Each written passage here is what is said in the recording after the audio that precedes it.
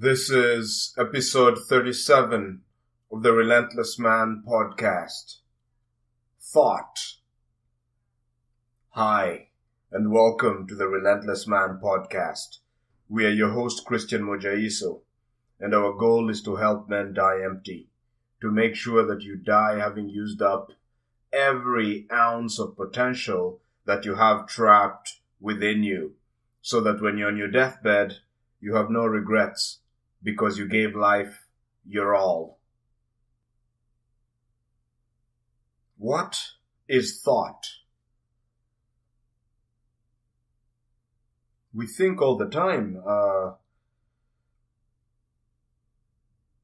We use thought all the time. We could think of a problem, we could think of the future, we could remember the past, etcetera.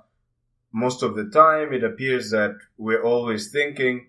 So, natural question is, what is thought? Is there a definition of thought? Is there any thought that can capture thought? Suppose we came up with a definition of thought. Wouldn't that definition in itself be a thought? If the definition that we come up with is actually a thought, how can a thought capture a thought? What is thought? If we cannot understand what a thought is by thinking about it, how can we understand what a thought really is? Is there a way to truly know what a thought is without thinking? What is the source of all our problems? Our society is filled with problems. We have anger, we have hate, we have conflict, all sorts of conflict. We have fear of the future. We have regrets of the past. All these are conflicts. All these cause us pain. So natural question is, well, what is the root cause of all these things? What is the root cause of pain? What is the root cause of fear? What is the root cause of anger? We could just pick one of them. Let's pick one. What is the source of fear? Where does fear come from? Is fear about the firing of your neurons? Is fear about the flight or fight response in the body? Is there something more to fear? Isn't fear the imagination of a dangerous future, of an undesirable future? If there was no future, would there be fear? If we met a lion and did not know what a lion is capable of, would we be afraid of the lion? If we could not project our future with respect to the lion, would we be afraid of the lion? So are we saying that fear comes from our projection of what an undesirable future will look like?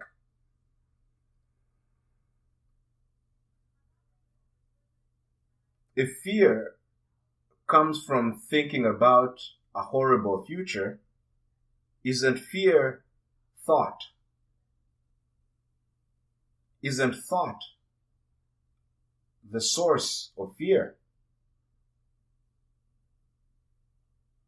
What about hatred?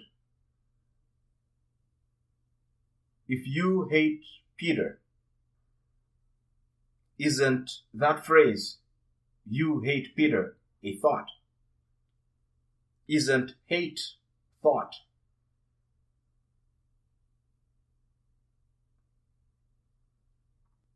What about violence?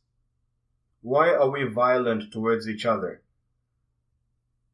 When you punch someone in the face, Let's say someone insults you and you punch them in the face. Why did you punch them in the face? Was you punching them in the face a sign of strength or weakness? Did you punch the person in the face because you were strong, or did you punch them in the face because you are really afraid? If you are afraid of the other person, what were you afraid of? Why would someone insulting you make you afraid?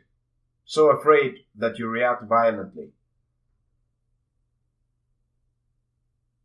Are you afraid of the insult?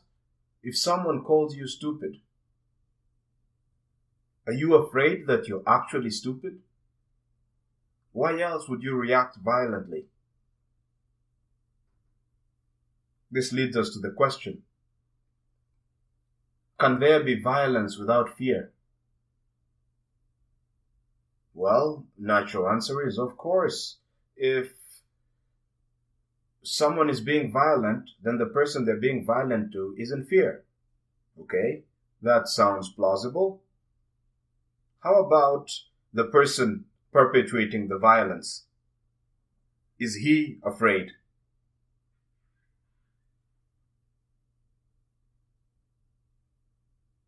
If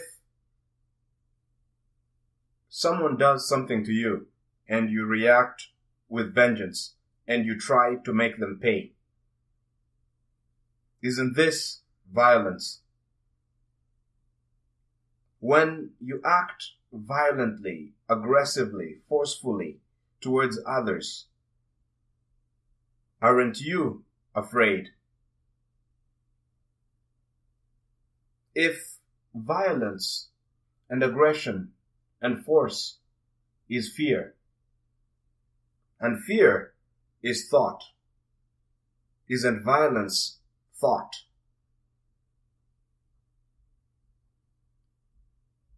What about conflict? What causes conflict? Isn't conflict about having sides?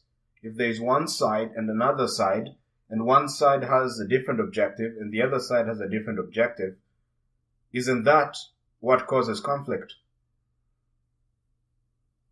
If we create a group and say we are men, and we create another group and say we are women, and men are different from women, and men have these objectives and women have those objectives, and the objectives are not the same, isn't that conflict? What if we create a group and say we are white men, and we create another group and say we are black men, and we create another group and say we are Jews, and so on and so forth? And black people have different objectives from white people, and white people have different objectives from Jews, and we as Asian people have different objectives from white people, etc. If we have different objectives, if there is such a thing as these groups, how can there be harmony? Isn't separation conflict? If there is no separation, if there is no us and there is no them, if there is no you and there is no me, if there is no here and there is no there, can there be conflict? Suppose there is no you and there is no them, there is no me and there is no you. Suppose that does not exist. If there is no us and there is no them, can we possibly have conflict? If there is no me and there is no you, what does that mean? Does it mean that I am you and you are me? If I am you and you are me, how can I possibly be in conflict with you? Wouldn't being in conflict with you be being in conflict with myself? So we ask again, Is it possible to have conflict without separation? Isn't separation conflict?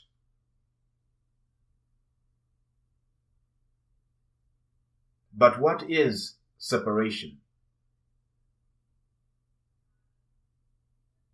What is this and that, me and you, us and them, these people and those people, men and women, Americans, not Americans, Chinese and Japanese?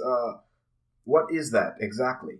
Students of this university and students of that university. What is that? Isn't that thought? Isn't separation a thought? This and that. The thought is this and the other thought is that. If there was no thought, could there be separation?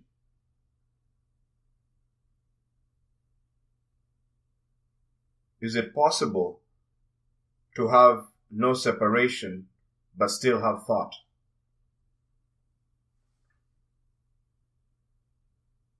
If separation is thought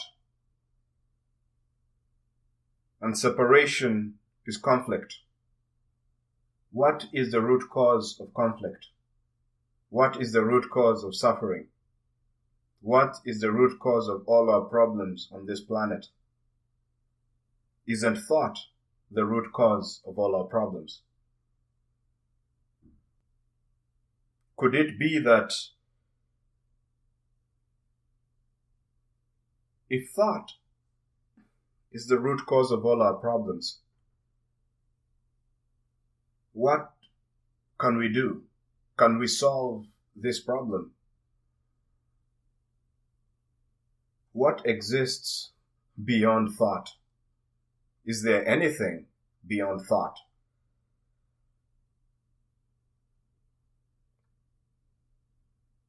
Can a moral code end our conflict?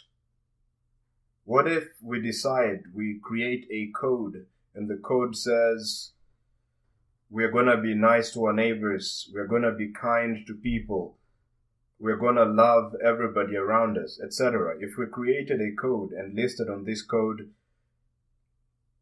a set of moral standards that we're always going to stick to, would this end conflict? Would this end the confusion that goes on in our minds, the hate we have for others, the fear we have of the future, the regrets we have of the past? Is there any thought, is there any moral code that will end this conflict? Suppose you had a code and you decided, you made it a standard that you're always going to be very kind to people. Would that be enough to end the thought in your mind that there is such a thing as you and such a thing as other people? That there is John and not John? If separation exists in your mind, how can a code eliminate separation in your mind? Isn't a code more thought? If you need a code, if you need a set of laws in order to behave morally, are you really moral? If a person were moral, if a person were kind, if a person were loving, would they need to remind themselves to be loving? Would they need a code to tell them to act kindly? If a person loved his neighbor, would he need a law to tell him not to harm his neighbor? So what are we saying here? Are we saying that the fact that we need laws and rules to govern our behavior, the fact that maybe we have these laws and rules for ourselves, is a sure sign that we are not moral? Is it a sign that our mind is filled with conflict? Is it a sign that we're in a state of confusion? If our mind was united, if there was no us and there was no them, if we were one with everyone, if there was no such thing as me and you, would we need a moral code? Would we need to remember to be kind and helpful to others?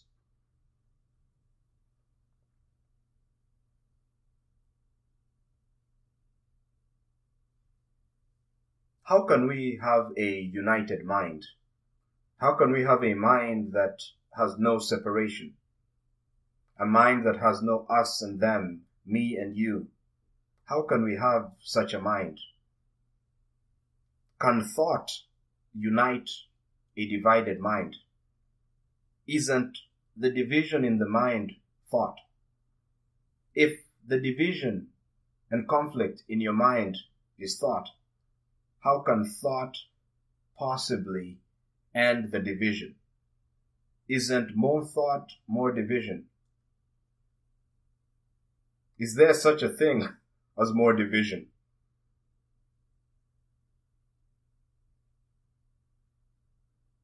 Can you be partially divided?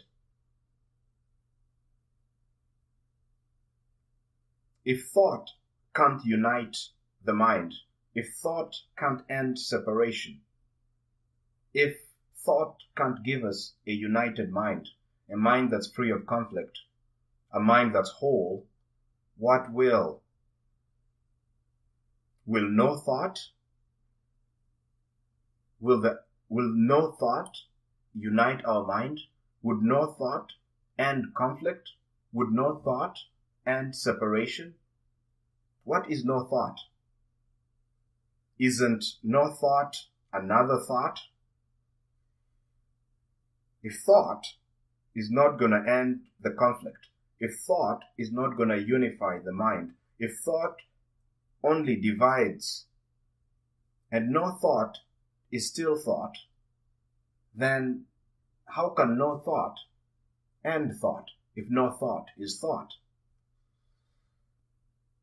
If thought is not going to help us and no thought is not going to help us, what will? How can we end separation?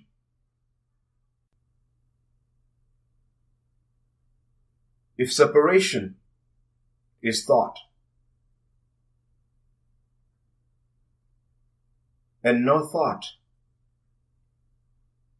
is thought, is no thought separation?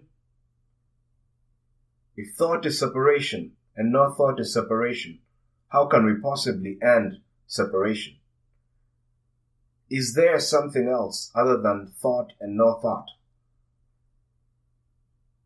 If there is something beyond thought and no thought, what is that thing? How can we access that which is beyond thought and no thought? Will breathing and paying attention to our breath get us there? Isn't breathing another technique? Isn't a technique a thought? If a technique is a thought or a set of thoughts, how can a technique possibly end separation? If a technique is thought and thought is separation, isn't technique separation? If technique is separation, how can technique end the separation?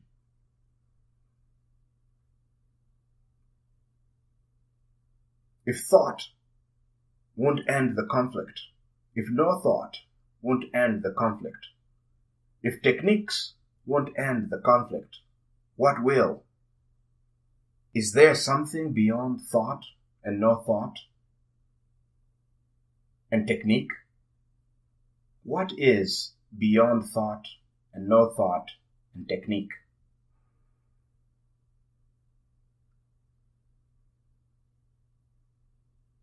What about controlling our thoughts? Could that be the solution? What is control? If we need to control ourselves, are we really in control?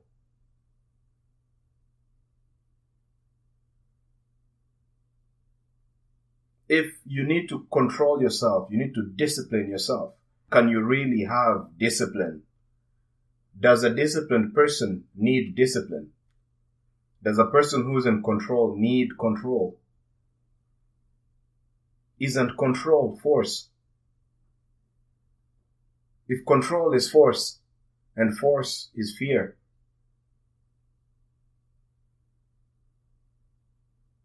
and fear is thought, how can control end the separation?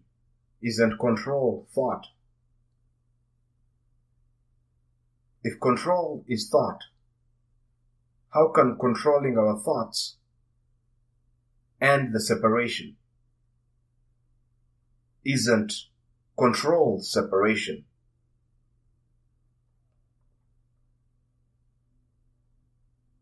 What about surrender?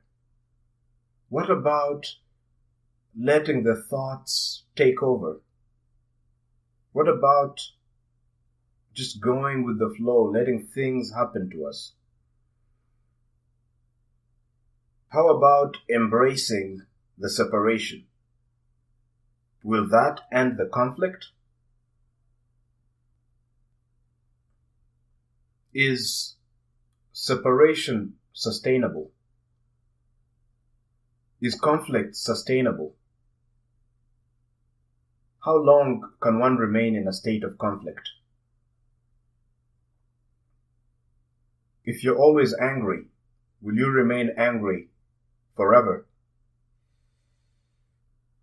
If you always have enemies, can you remain with enemies forever? Isn't separation toxic? Isn't conflict toxic? Can someone remain in a state of conflict forever?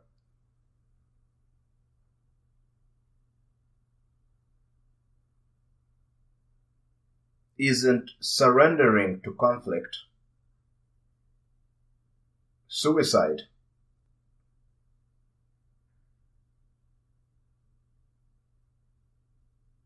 If we can't surrender to conflict, if we can't surrender to thought, and no thought is not going to help us, and techniques are not going to help us, and controlling our thoughts is not going to help us, what will? Is there something beyond techniques, thought, no thought, controlling our thoughts, surrendering to our thoughts? What else is there? What is that space beyond thought, no thought, technique, controlling our thoughts? What is there? What is that space beyond meditation?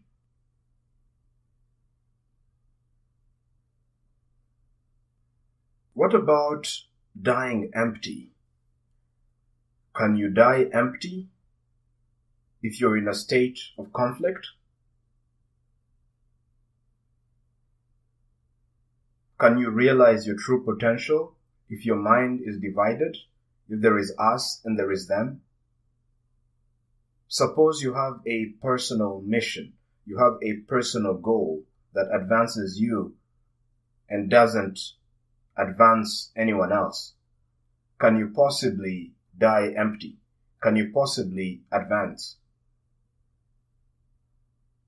If advancement is separation, if accomplishment is separation, how can advancement possibly help you die empty?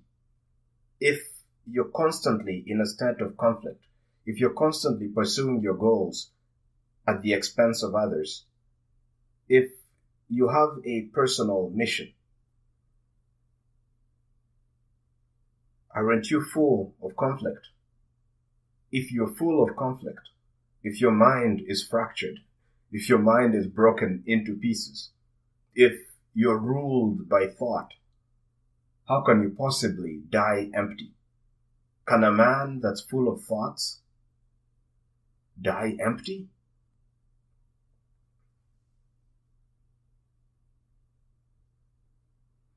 What is thought?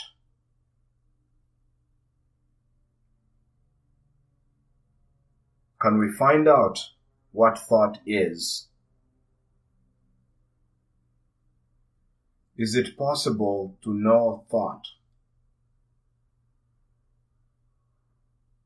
If thought is separation, if thought is conflict, if thought is pain, if thought is suffering, if thought is fear, if thought is control, does that mean that thought is the root cause of all our problems? If thought is the root cause of all our problems, can we get rid of thought? Isn't getting rid of thought another form of control? Isn't getting rid of thought force? But if force is fear, how can getting rid of thought free us of thought? Isn't getting rid of thought another thought? How do we tackle thought? How can we live without separation? How can we live in complete unity with others? How can we transcend a personal mission?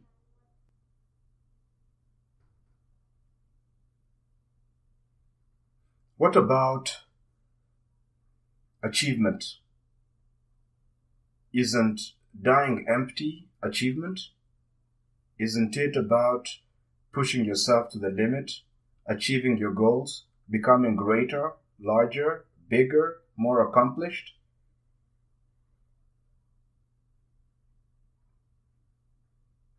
Why do you feel the need to be accomplished? Why do you feel the need to achieve? What do you think that achievement will give you? Why do you eat more than you need? What are you looking for in the food? Why do you need people's approval? What are you looking for in the approval? Why do you need to be the center of attention? What are you looking for in the attention? Is what you're looking for attainable?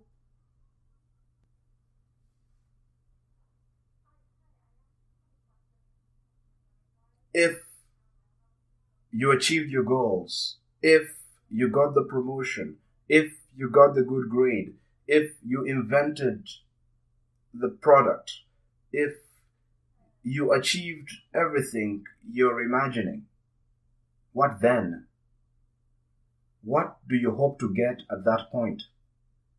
Isn't what you want to achieve another thought?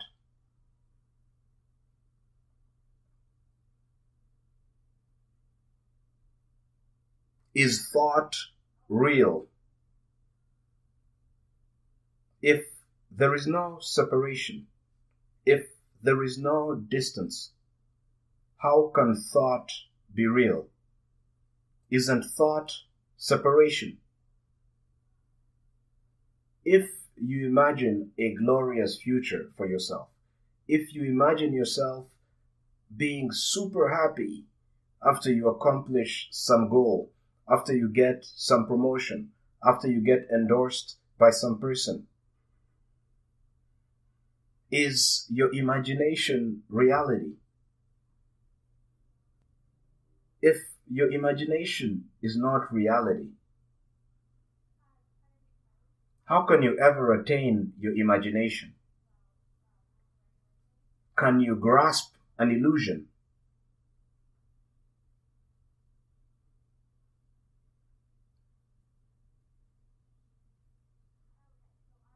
Is it possible to achieve without grasping for an illusion? Can you achieve without thinking of what you'll get at the end of the achievement? What does it look like when one achieves, when one does, when one acts from complete unity? What does it mean to act without separation? What does it mean to act without conflict?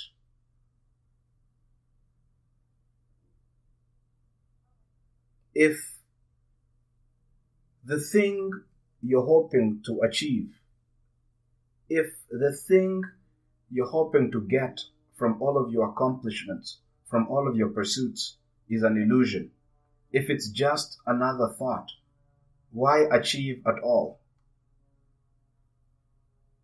Does achievement make sense without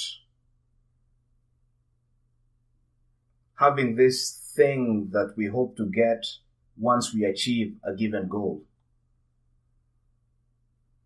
What if we say that, well, achievement, it's not really what we want to get at the end when we achieve, like let's say we start a project, we work on the project, and one may think that we think that after we get the project, then we'll get a promotion. That will make us happy. Okay. So maybe you're saying, look, yeah, that's definitely not me. You know, that's not how I work. I really enjoy the journey. It's the journey that matters to me. Okay. What I enjoy is the process of working on the project. The outcome of the project is meaningless to me. Okay. Question. What are you looking for in the process? What do you hope the process will give you? Do you ever get what you thought the process would give you? When you conquer a given step in the process, do you want to conquer the next step in the process? And once you conquer the next step in the process, do you want to conquer the next step in the process? Is it possible to act without hoping for anything? Is it possible to be without expecting anything?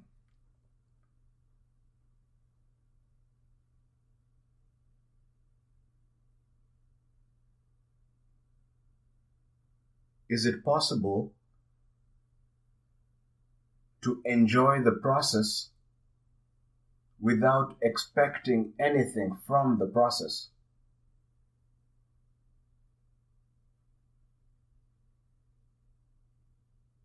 If you're expecting something from the process, if you're hoping that at the end of your accomplishments you'll get something, can you possibly die empty? If you always want more, if you always need more, how can you possibly die empty?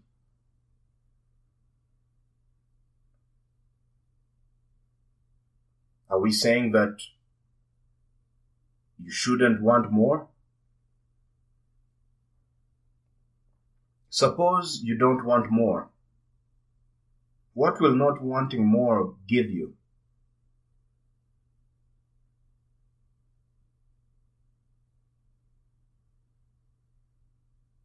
Have you imagined something that you'll gain as a result of not wanting more?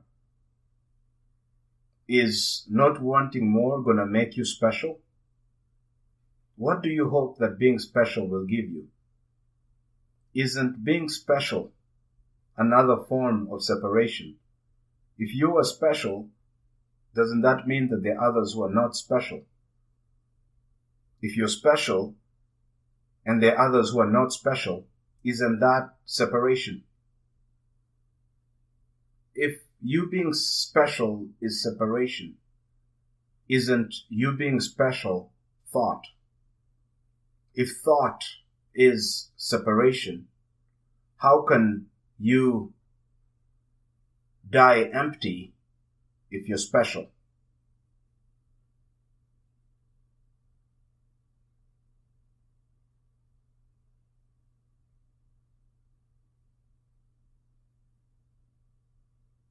Thank you very much for listening to this podcast episode. This was a great honor talking with you.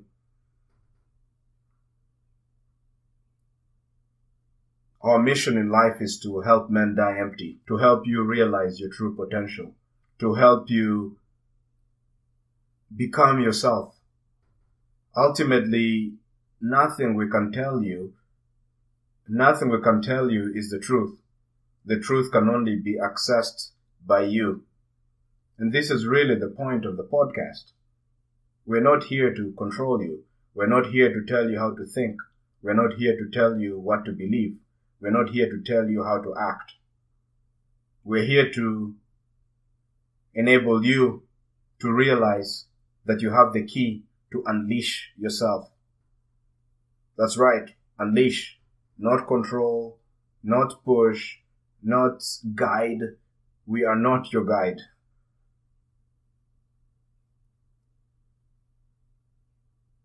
You are your guide. And that is what dying empty is all about.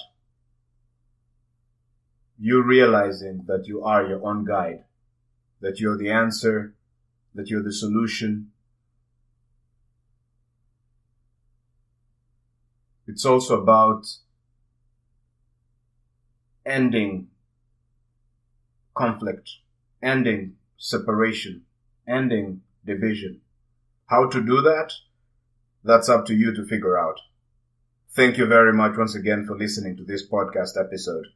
If you have any questions, any conflicts, anything holding you back from realizing your true potential, please do email us. Our email is in the episode description.